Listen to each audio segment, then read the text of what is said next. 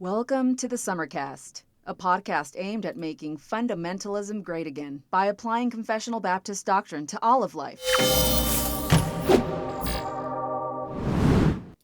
Good afternoon, everybody, and welcome to the YouTube channel and the podcast. I am coming on here to talk about something other than the coronavirus and how we should respond to it. So that's refreshing. On the other hand, we are in the midst of another debate between classical apologetics and presuppositional apologetics. And I think it's a good debate to have. I think it's a good discussion to have, a good debate to be had, and I think that it's really worth planting our feet in the sand here. And the reason I think that is because if you look at something like presuppositionalism, and the case is true also with classicalism, is that these are not just approaches to answering the fool. They are that, but they are not just that. There is an entire built-out philosophy of epistemology in the case of presuppositionalism, and indeed in the case of classicalism. And so these respective positions that one could possibly take have consequences that reach far beyond just an apologetical approach, if that makes sense. And I'm encouraged because one of the things that I thought would be a wise move is to characterize the debate itself, to kind of back out and take the 30,000-foot view of the situation and characterize the debate, to let people know what's going on, to let everyone know where the disagreements are, where the dividing line is, so to speak. And that is going to help prevent us, both sides, from talking past one another in the future. And so a few of my articles in recent weeks have been aimed at doing just that. And For the New Christian Intellectual has done that as well. I believe Jacob Brunton wrote an article on there that is very well thought out. It is incisive. It is helpful. It is, and it's helpful for understanding where the classical guys are coming from. Right?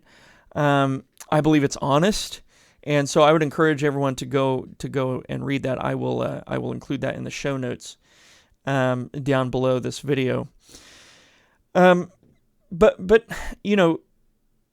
one of the main points of disagreement has been how the question: how do we know God exists? How do people come to knowledge of the existence of God? And the historical presuppositional answer to that has been, well, everyone knows God already, and so it would be foolish to assume that they do not by offering things like theistic proofs, right? Not saying presuppositionalists reject theistic proofs altogether, but they see them as operating within a particular context that they should not be removed from, and that context is the presupposition that the triune God of the Scriptures does in fact exist.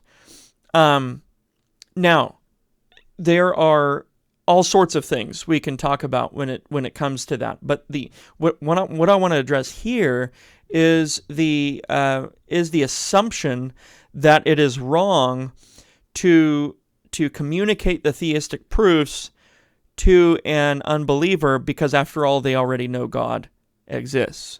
And indeed, they already know the God of the Bible exists. Now, ignore for a moment the seeming contradiction in men like Van Til and Bonson and Oliphant, where they would say, well, these individuals who reject the existence of God, who suppress the truth in unrighteousness, they can't even know one fact for what it truly is, right? Because again, they reject the God of the Bible.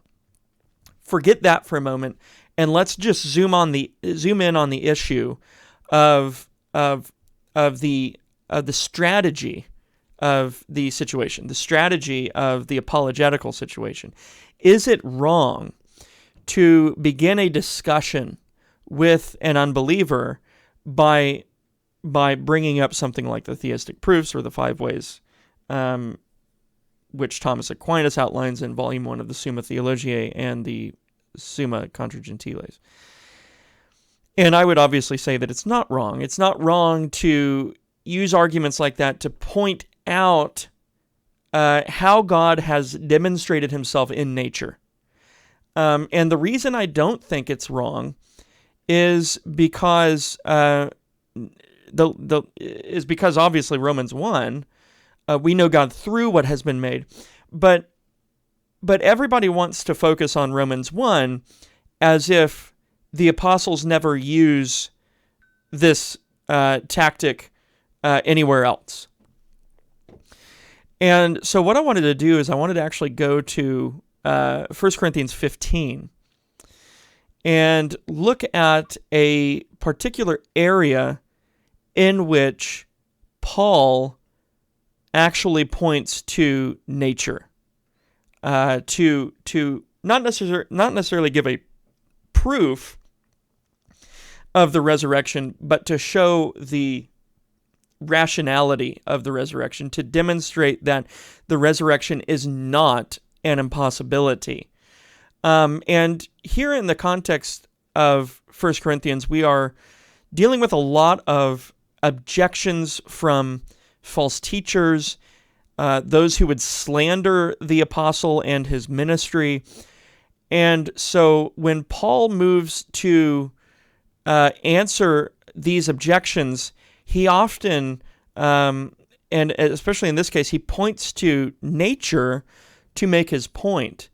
And so if you were to look at 1 Corinthians 15, beginning in verse 35, I'll bring up the, where is it at? Let's see here.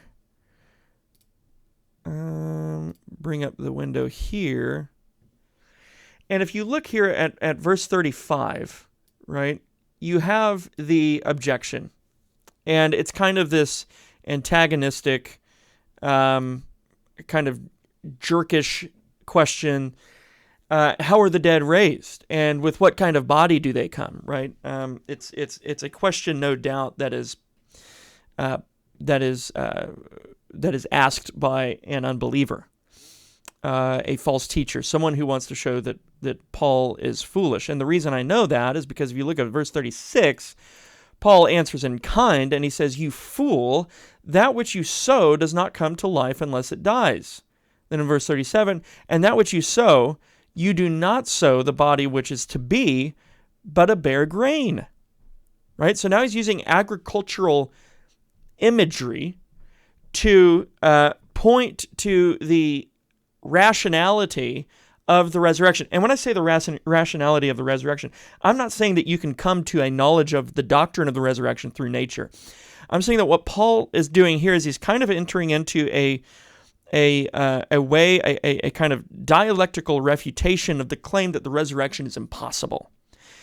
And so Paul is entering into conversation with this objector, and he's saying, there's no reason, you don't have a basis, you don't have a good reason for saying that the resurrection is impossible, right? Is it hard to believe? Is it hard to understand? Perhaps, but it's most certainly not impossible. I mean, look around, Paul says, right? So in verse 37, "And that which you sow, you do not sow the body which is to be, but a bare grain, perhaps of wheat or of something else. But God gives it a body just as he wished, and to each of the seeds a body of its own." Okay? So in other words, we're dealing with an omnipotent God here. This is a God that even some of these scoffers probably even profess to believe in, which is why Paul can use it as use the majesty and the strength of God, if you will, as a rhetorical approach to them, kind of saying in effect, look, we believe in an omnipotent God, We believe in a God who is all-powerful.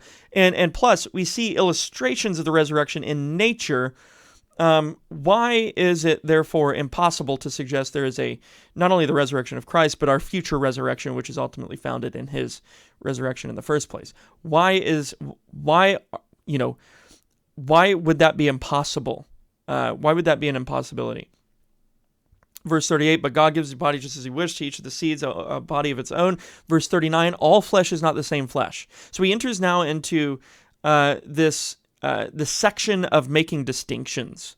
All flesh is not the same flesh, but there is one flesh of men, and another flesh of beasts, and another flesh of birds, and another flesh of fish. Now, is it foolish for Paul to enter into a kind of a dialectic with unbelievers, with false teachers, by virtue of pointing to illustrations in nature? And the answer we must all give is absolutely not. Absolutely not. Paul is not foolish for doing that.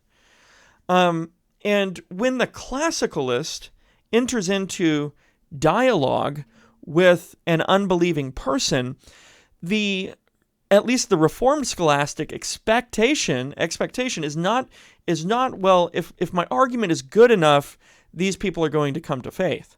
That's not the teleology of the argumentation. That's not the final cause of the argumentation. That's not the purpose of the argumentation, right? The argumentation really is just to be obedient to Scripture in giving a defense, right? In giving a defense.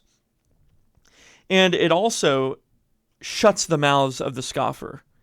And I get it. Scoffers are irrational, so they're not going to quit blabbing. But it gives an answer that should shut the mouths of the scoffer, right? These arguments are not intended to save. And Paul did not think that his pointing out the illustration of the resurrection in nature was going to all of a sudden convince the naysayers of the truth of the resurrection. Right? We look elsewhere in Paul's theology. Obviously, there's a necessity of regeneration in his theology, a necessity of God's work in the hearts and minds of people through his Spirit. So Paul doesn't think like this is just going to be some argument that's going to convince them otherwise. And his point in responding to objectors in 1 Corinthians is to preserve and protect the Corinthians, the Corinthian Christians who may be led astray by these ridiculous assertions of these false teachers. And so I just wanted to come on here and point out another place where the apostle indeed appeals to nature in order to discourse with unbelievers. It's not an unprecedented practice. And I don't think when the presuppositionalist says this is a foolish thing to do, to engage the unbeliever like this, to engage the scoffer like this, I think they run the risk of throwing someone like the Apostle Paul into that band of foolishness, which I don't think is a good place to be in. Obviously, for obvious reasons. God is inspiring Paul, so if you're calling Paul a fool, you're, at least by proxy, calling God a fool. And so I don't think it's wrong to discuss how God has presented himself in nature to the unbeliever. And when we discuss those things, by the way, I know that Van Til has rejected natural theology and instead has kind of tried to replace it with natural revelation. But look, natural revelation is what is. That's what God has revealed. That exists apart from our mind, right? Natural theology is what happens when we undergo the process of getting natural revelation into here. And so when we're talking to an unbeliever about nature, we're doing natural theology. Paul is doing a form of natural theology in 1 Corinthians 15. And indeed, he's doing the same thing in Romans 1, where he's appealing to God's revelation of himself in nature. He's abstracting that revelation, and he's discussing it as fact, as propositional truth. That is natural theology. And so as Christians, we should not hesitate to get into these kinds of conversations. And obviously, we should not get into these kinds of conversations to the exclusion of the gospel, because that's easy to do as well. And I appreciate the presuppositionalists in being very zealous to get the gospel into the conversation. And I think that is an area that a lot of classical apologists and a lot of evidential apologists have failed at utterly. But if we look at the historical use of something like the five proofs, we're looking at something that is integral to Christian theology, and indeed should lead to a discussion of the gospel. And, if you want, when you're talking to unbelievers, you can start with the gospel as well, wait for the person to make an objection, and then launch into something like the five proofs, right? So anyways, I just wanted to come on here and discuss yet another area where Paul utilizes nature in his discussions, or in his discussion, his conversation with, his dialogue with unbelievers and false teachers. God bless you guys. If you enjoyed this video, give me a thumbs up. If not, give me a thumbs down. Let me know why in the comments. Subscribe if you haven't already to the channel. Click the bell for continued notifications, and share on your social media platforms. If it edified you, maybe it'll edify someone else. God bless.